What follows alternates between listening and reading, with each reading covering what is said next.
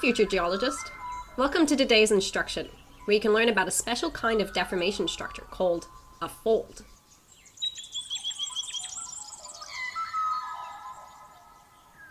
Many rocks tend to form in horizontal parallel layers. This is because of some basic laws of physics. But if you would like to know more, try out our Earth and Atmospheric Science degree. When we come across rock that is not laid out in horizontal parallel layers, we know that the rocks must be deformed in some way. A geological event, localized in time and space, has altered the geometry of the layers we are observing now. One particular class of such geometric changes can result in folds. Folds are wave-like undulations of layered rock. They can occur on all length scales, from nanometers to being visible from space. Take a closer look at this example. Folds that form an arc shape that is convex, like the letter A, are called antiform.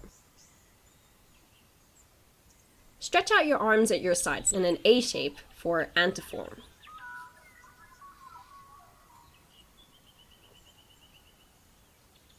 Folds that form in the opposite direction, namely those that are concave, like the letter Y, are called synform. Stretch out your arms above your head in a Y shape, like a sink for synform.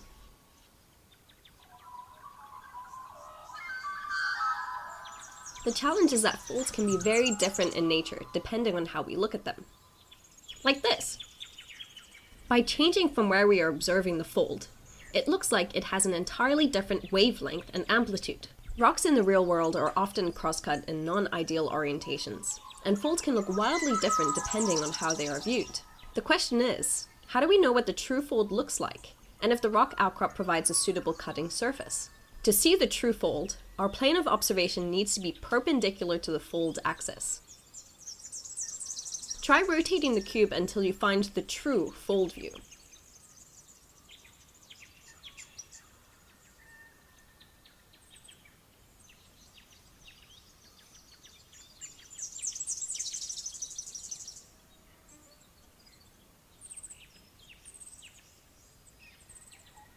Good work!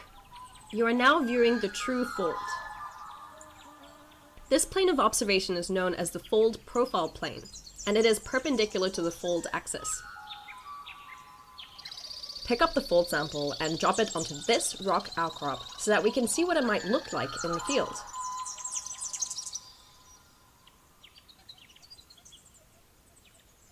Good job!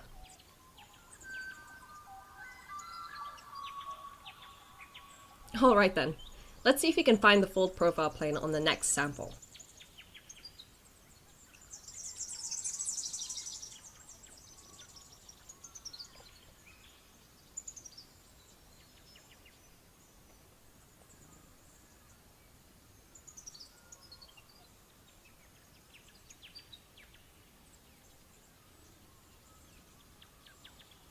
Good job! Let's see what this one looks like on the rock outcrop.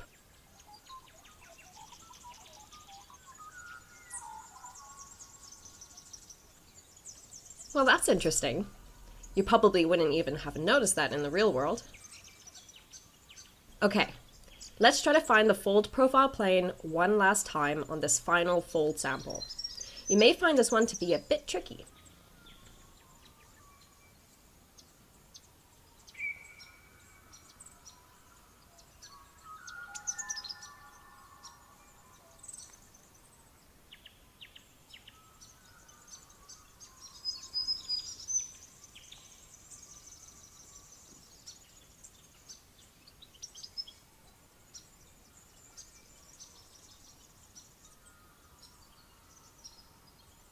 Excellent!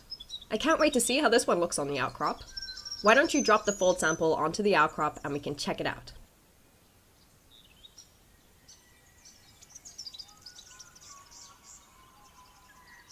Oh, look at that! That's not at all what I was expecting. What do you think of it? Congratulations! You completed the introductory instruction to folds, and are now one step closer to becoming a geologist. When you're back in the real world, Look at the rocks around you and try to see what stories they tell. You might even see some folds if you're lucky. Thanks for your participation.